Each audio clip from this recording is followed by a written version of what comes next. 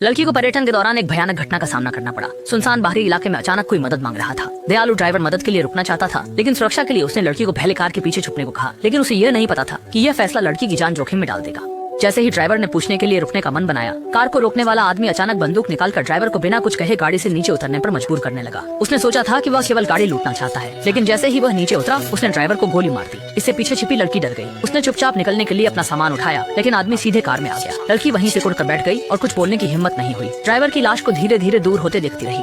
लड़की के दिल में बहुत डर था। उसे पता था कि अगर उसे जीवित रहना है तो उसे खुद पर ही निर्भर रहना होगा। रास्ते में लड़की लगातार भागने का मौका ढूंढ रही थी। पता नहीं कितनी देर चलने के बाद गाड़ी आखिरकार रुक गई। जब उसने आदमी को चोरी छुपे गाड़ी से बाहर जाते देखा तो लड़की ने तुरंत मौका पाकर गाड़ी से कूदकर भागने की कोशिश की और जंगल में अंदर तक दौड़ गई। तब जाकर वह रुकी। सोचा था कि अब थोड़ी देर के लिए सुकून पा सकेगी, लेकिन अचानक कोई उसके पीछे से उसे बोरे में डाल देता है। जब लड़की जागी तो उसने खुद को एक पेड़ से लटकता पाया और उसने स्पष्ट रूप से सुना कि बाहर कुछ आवाज हो रही थी। मादाशा को हरकत हुई तो उसने एक दरार से बाहर झाँका। बिना देखे कुछ नहीं पता था, लेकिन एक बार देखा तो वह चौंक गई। उसने देखा कि एक विशाल भूरा भालू उसके नीचे दिखाई दिया। लड़की तुरंत डर गई और आवाज नहीं निकाल पाई। उसने सांस रोक ली और खुद को शांत करने की कोशिश की, उम्मीद करते हुए कि वह शांति से रह सकती है।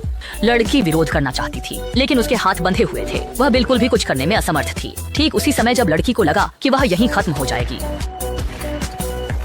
एक बंदूक की आवाज के बाद बाहर तुरंत शांति हो गई। लड़की को कुछ समझ में नहीं आया। तभी किसी ने उसकी रस्सी खोलकर उसे जमीन पर फेंक दिया। असल में एक शिकारी ने उसे भालू के चंगुल से बचाया था, लेकिन वह शिकारी लड़की को छोड़ने का इरादा नहीं रखता था, बल्कि उसे बंद कर दिया। लड़की को एक लकड़ी के घर में ले गया, फिर बिना कुछ कहे मुड़कर चला गया। इस समय लड़की बहुत डरी हुई थी। उसे नहीं पता था कि आगे क्या होगा। पूरे दिन की थकान के बाद लड़की भी कुछ थकी हुई थी, इसलिए वह थोड़ी देर आराम करने के लिए लेट गई। अगले दिन सुबह शिकारी लकड़ी के घर में आया और लड़की को बाहर ले गया। यहाँ के मालिक से मिलवाया। बातचीत के बाद पता चला कि लड़की अनजाने में उनके क्षेत्र में घुस आई थी।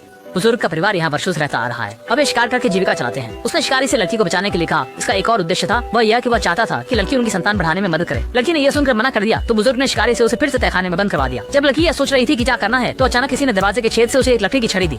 एक सेब। लड़की अभी जाकर मदद मांग ही रही थी कि वह व्यक्ति जल्दी से चला गया। हालांकि उसने साफ नहीं देखा कि वह कौन था, लेकिन कम से कम उसे पता चल गया कि यहाँ एक अच्छा इंसान है। लड़की ने दरवाजे के बाहर देखा, उसका बैग भी वापस आ गया था। उसने तुरंत उसे अंदर लिया और उसमें से वॉकी टॉकी निकाला, जो उसके दादा ने पर्यटन पर जाते वक्त उसे दी थी, और यह उसका एकमात्र संचार उपकरण था। लेकिन दुर्भाग्य से यहाँ बहुत सारी दूरस्थ है, बिल्कुल भी कोई सिग्नल नहीं है। ये देखकर लड़की कुछ हताश हो गई, लेकिन वह समझ गई कि अगर उसे जीवित रहना है तो उसे खुद पर ही भरोसा करना होगा। ये सोचकर लड़की ने खुद को बचाने के तरीके सोचना शुरू कर दिया। उसने दीवार पर लगे एक लोहे के छल्ले का उपयोग किया और सफलतापूर्वक अपनी उंगलियां घिस डाली।